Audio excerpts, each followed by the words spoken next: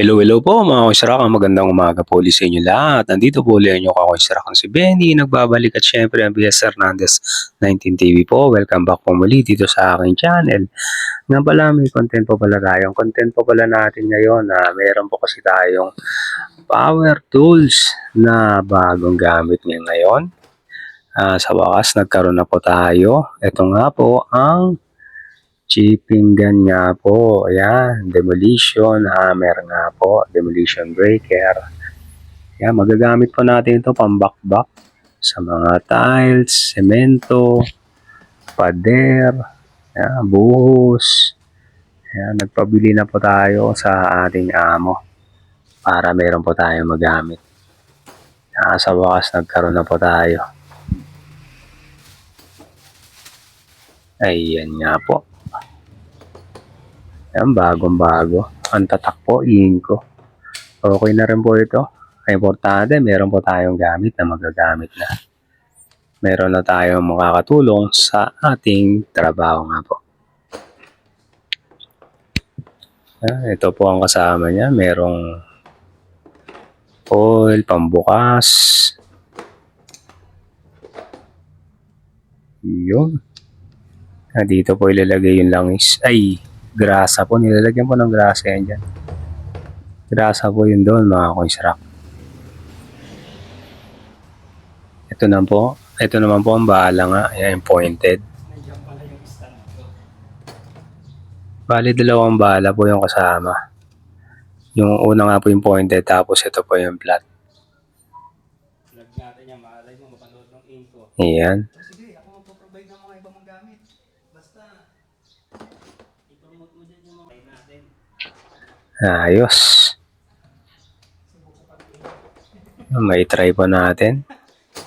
Subukan natin gamitin para masample kung okay, kung maganda.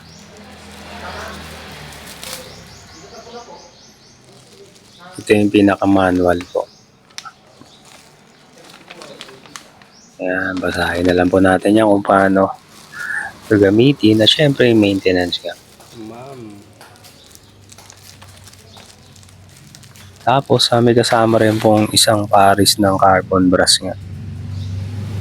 Para kung sakaling maubos yung carbon brush, meron naman pong spare. Yan, may free na carbon brush.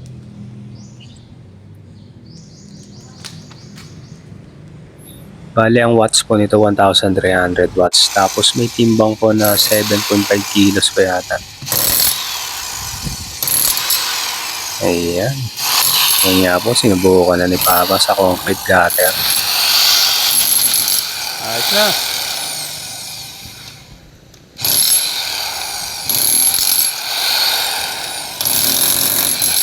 Ayos naman.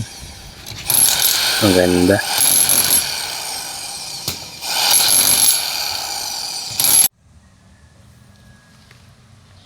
Sana tumagal po itong gamit sa amin. Dito naman po susubukan ko rin dito sa roof deck na aming iwa-waterproofing nga po. Meron po kasing portion na hindi maganda yung pagkakatapping. Tatanggalin po. Dati nagmamano-mano kami mag-chipping, ngayon. Ayan na nga po, gagamit na tayo ng chipping gun.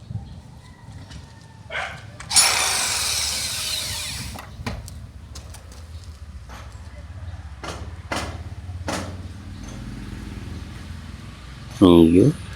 Ayos.